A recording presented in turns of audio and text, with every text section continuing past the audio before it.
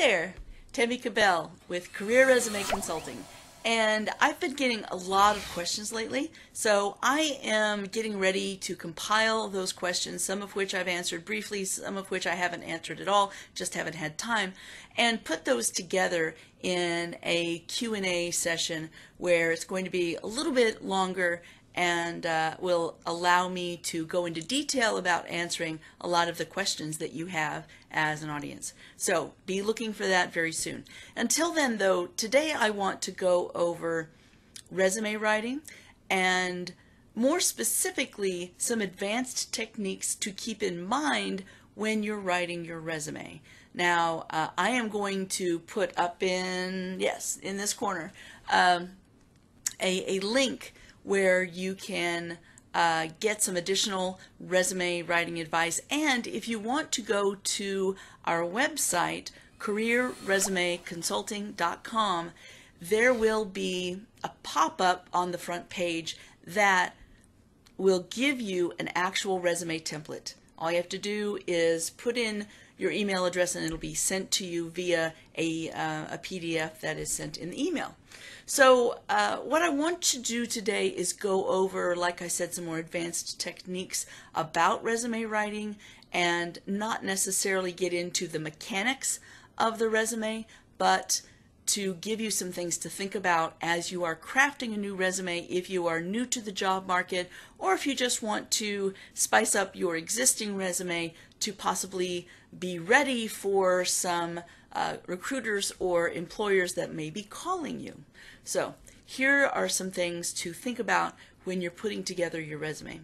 The first thing is that you need to remember that you are positioning yourself as a consumer product or service. But think of yourself as a consumer product. You may have heard me before in other videos talk about how you are essentially a can of soup in a long line or aisle of soups, and you have to be the one with the prettiest label, and you also have to be at eye level. In other words, you have to be seen by the right people.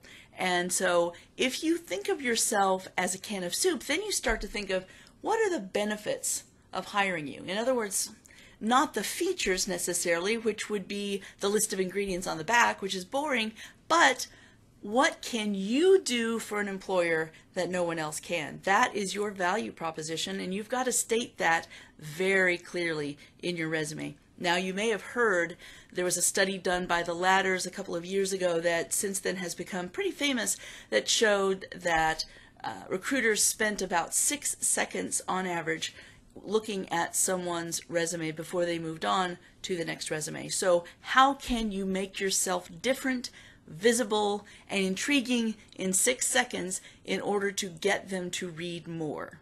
All right. So if you are positioning yourself as a can of soup or a consumer product, be thinking about how you are different or superior than your competition. So also, how would you define yourself in a single phrase or a single sentence? That's really difficult to do. Now, if you want some help figuring out your value proposition or your elevator pitch, really, we would be very happy to do that. We give away free consultations, and you can talk with one of my coaches, and they can help you define what sets you apart from your competition, because we work with your competition. We know exactly what would set you apart.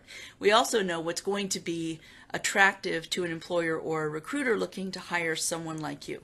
That's something else to keep in mind. You have to know your audience when you're putting your resume together.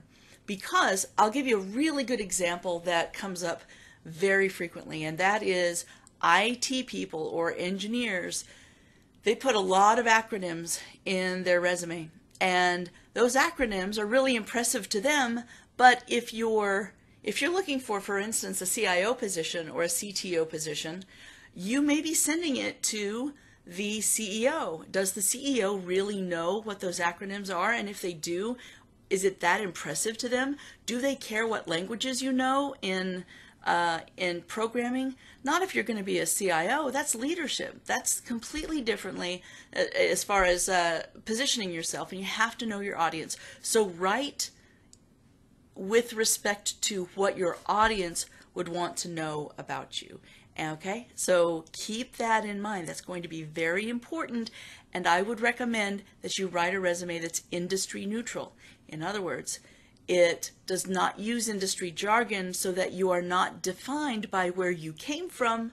You're defined by what you can do for your next employer, not the industry that you were in before. Because when you are defined by the industry that you're in before, the hiring manager has a tough time picturing you in their environment or in their company. So just keep that in mind. Always think about your audience. You also want to plan your resume writing strategy. If you've got a lot of years of experience, what's going to be most pertinent for your next job? Get rid of everything that doesn't mean anything to somebody in your next job that's in your past. In other words, if there was a company where you did something completely differently, let's say you're looking for a revenue generating type of position, you want everything in your resume to be about revenue generating. If you did some cost cutting, then you would actually show that as margin improvement. So think about positioning or strategy of what you'll say relative to what you're looking for. And if things are more than 15 years old, I would say probably get rid of them, or if they have impressive achievements in them, put earlier experience includes, and then add that company name, your job title, and the achievements, but don't put the years. You don't want someone knowing how old you are before they pick up the phone and hire you. Now, the last thing I want to mention today is I want you to never lose sight of the primary goal of the resume. It is not to get you a job. The main goal of the resume is to get you a phone call. So when we write resumes, especially when I write the final draft of every resume that we put out there, I'm always thinking not only per sentence, with every sentence, does it increase the likelihood of getting a phone call or does it not? And if it doesn't, I take it out, because we like to write one-page resumes. That's what I mean by looking at resume strategy, figuring out what's going to be most important for your next employer to know about you and putting that down on the resume. And if you've got a lot of experience, but your most impressive experience is buried at the bottom of the second page, it's never going to get seen. I've been told by a lot of recruiters and even more hiring managers, that would be decision makers within the companies, that they just don't have time to look at anything other than the first page. So you could have an MBA from a very prestigious school, but if it's buried on the bottom of the third page, they're not going to see it. So put it up on the first page. Whatever's most important, to make sure it's on the first page. Always make sure that every sentence, and I actually think of it down to every word that you have on that paper is convincing someone to pick up the phone and call you. Okay? Keep that in mind. If you have any questions, feel free to put those in the comments below, and very soon I'll be doing a Q&A where I'll be answering those questions. And in addition to that, if you like what you heard, let's give a thumbs up so that everybody else can know that it's good information. If you want more of this information, I really invite you to go ahead and subscribe, and we'll get information out to you on a weekly basis. I hope this has served you today. And again, I'm Tammy Kabell with Career Resume Consulting, and that's it for me today. I really look forward to hearing about your success. All right, bye now.